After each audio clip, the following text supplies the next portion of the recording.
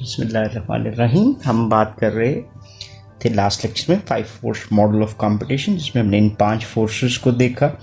इसके बाद हमने इसमें से 2 फोर्सेस को इन डिटेल देखा, राइवलरी अमंग कंपीटिंग फर्म्स, उसके डिफरेंट रीजंस को देख लिया। Then potential entry of new competitors, और इसमें हमने बैरियर्स टू एंट्री के रीजंस क्या हो सकते हैं उसको देखा। अभी हम तीसरी फोर्स के ऊपर बात कर रहे हैं जी, 5 फोर्स मॉडल के हवाले से potential development of substitute products. सबसे पहली जो बात बनती है वो हमारे पास आती है जी, pressure increases when price of substitute decreases. So potential development of substitute products के हवाले से अगर हम बात करें तो जब प्राइस ऑफ सब्स्टिट्यूट डिक्रीज होती है तो प्रेशर इंक्रीज हो जाता है किसी भी फर्म के ऊपर। Then consumers switching cost decrease. अब दूसरा फैक्टर इसके हवाले से ये आ जाता है प्रेशर इंक्रीज का कि कंज्यूमर की स्विचिंग कॉस्ट बहुत कम है। जस्ट एक एग्जांपल कि अगर फॉर इंस्टेंस मैं कैमरा यूज़ कर रहा था, मैं थोड़ा सा पुरानी बात कर लेते हैं, और उसमें एक किस्म की रील पड़ती है, और अगर आपने रील की ब्रांड को चेंज करना है तो देन आपको नया कैमरा परचेज करना पड़ेगा और उससे रिलेटेड रील आप यूज़ कर सकते हैं। सो इसका मतलब क्या हुआ कि you have to purchase the new camera, जिसकी वजह से आपकी कॉस्ट काफ़ी इंक्रीज़ कर सकती है। सो क्या हुआ, स्विचिंग कॉस्ट कस्टमर की हाई हुई, जिसकी वजह से शायद वो ब्रांड लॉयल रहेगा और उसी को ही यूज़ करता रहेगा। सो जब कंज्यूमर की स्विचिंग कॉस्ट कम हो जाती है तो उसके लिए किसी एक प्रोडक्ट से दूसरी प्रोडक्ट पे शिफ्ट होना भी निस्बतन आसान हो जाता है। और जब सब्स्टिट्यूट की प्राइसेस डिक्रीज हैं तो हम फिर स्विचिंग की तरफ निस्बतन ज़्यादा जा सकते हैं। सो potential development of substitute products के हवाले से ये कुछ हमने बात की। देन हमारे पास आ जाता है जी, bargaining power of the supplier. अभी 2 फोर्सेस के ऊपर हम यहाँ पर बात करेंगे, bargaining power of the supplier and bargaining power of the buyer. Bargaining power of the supplier is increased when there are large number of suppliers, few substitutes, और cost of switching raw material is high. So अब देखें, जब हम switch करते हैं एक supplier से दूसरी की तरफ तो फिर हमारी कॉस्ट, चलें फ़र्ज़ करें एग्रीमेंट है या इनिशियल जो प्राइस पेमेंट है वो ज़्यादा है, तो मेरे लिए सप्लायर को स्विच करना मुश्किल हो जाएगा, जिसकी वजह से bargaining power of the supplier increase हो जाती है। If there are lesser number of suppliers, ठीक है, यानी हमारे पास सब्स्टिट्यूट्स नहीं है बीइंग अ फार्म, तो फिर हमारे पास जो ओरिजिनल सप्लायर है उसकी बार्गेनिंग पावर इंक्रीज हो जाएगी। So backward integration is gaining control और ownership of the suppliers. Current के हवाले से हम बात करने जा रहे हैं कि हमारे पास ऑप्शंस क्या बनती हैं कि अगर हम कंट्रोल करना चाह रहे हैं तो हम बैकवर्ड इंटीग्रेशन की तरफ जा सकते हैं। मींस हमने अपने सप्लायर्स को ओन कर लें या ख़रीद लें या अपना ही प्रोसेस स्टार्ट कर दें, जिसकी वजह से हम अपनी सप्लाईज खुद क्रिएट कर लें। So backward integration is one type of a growth strategy, जिसके ऊपर डिटेल में यहाँ पर तो हमारे लिए बात करना मुश्किल होगा, लेकिन मैंने आपको हल्के से अंदाज में समझा भी दिया कि ये एक फैक्टर हो सकता है in bargaining power of the supplier.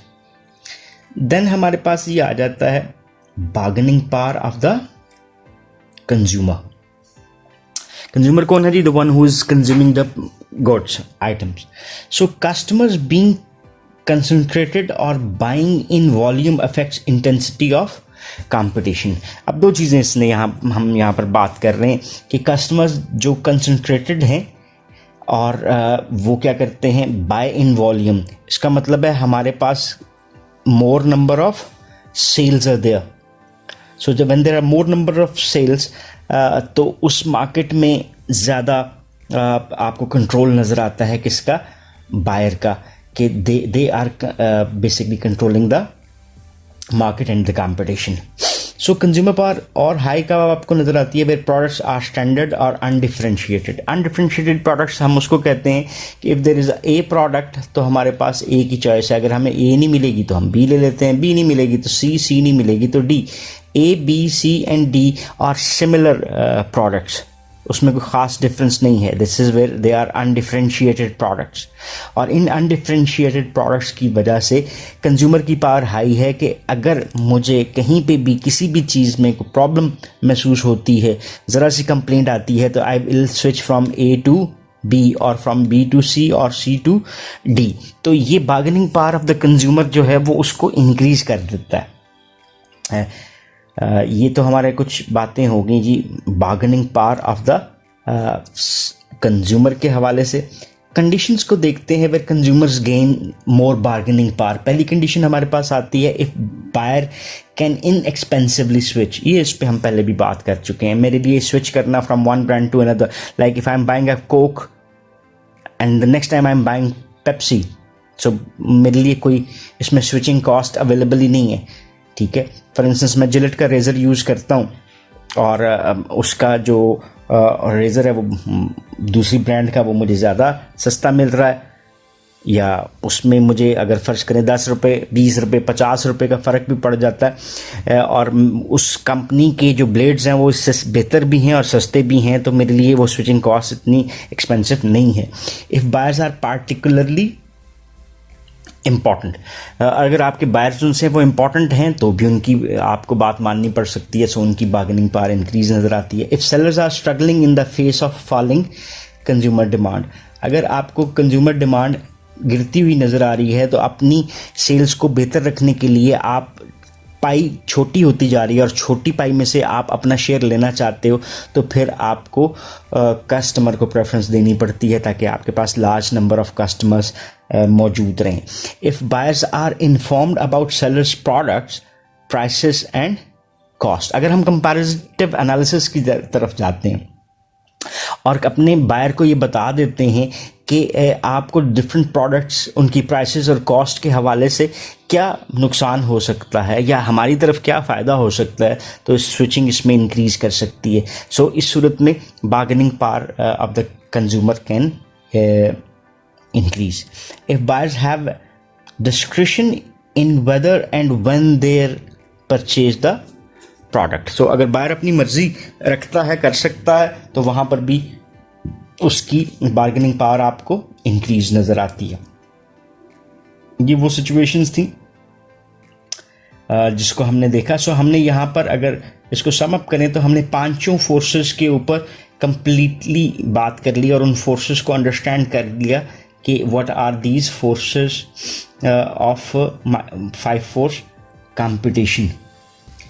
ये हमने जी बात की यहाँ पर. पहली force rivalry among competing firms, then potential development of the substitute product, potential entry of the new competitors, then bargaining power of the supplier, and then bargaining power of the buyer. तो ये तो वो 5 forces हैं जो determine करती हैं extent of competition को. अब हम यहाँ पर इसको थोड़ा सा और आगे लेकर चलते हैं कि इसके हवाले से सोर्सेज ऑफ इंफॉर्मेशन क्या हो सकते हैं. सोर्सेज ऑफ इंफॉर्मेशन में अगर हम बात करते हैं तो हमारे पास 2 सोर्सेज हैं, unpublish sources and publish sources. Unpublish sources हम उसको कह सकते हैं which include the customer service, market research, speeches at professional and shareholders meetings, television programmes, interviews and conversation with stakeholders. ये अनपब्लिश्ड आपके पास sources of external information आ जाते हैं. देन पब्लिश सोर्सेज की अगर हम बात करते हैं तो strategic information include periodicals, journals, reports, government documents, abstracts, books, directories, newspapers, and different types of manuals. इसी को थोड़ा सा और आगे लेकर चलते हैं. ये हमारे पास डिफरेंट कुछ सर्च इंजन आ जाते हैं, आपको डिफरेंट सोर्सेज आ सकते हैं जिससे हम एक्सटर्नल इंफॉर्मेशन को क्या कर सकते हैं, वो गैदर कर सकते हैं. सो इसके अलावा हमारे पास आ जाता है जी forecasting tools and techniques. Forecast इसको कहते हैं हम, ये एजुकेटेड गेस होता है, एक एजुकेटेड अजम्पशन होती है हमारे पास of what about future trends and events. ये फोरकास्ट हमारे पास डिफरेंट फॉर्म में आ सकती हैं. They can be either quantitative forecast, they can be qualitative forecast.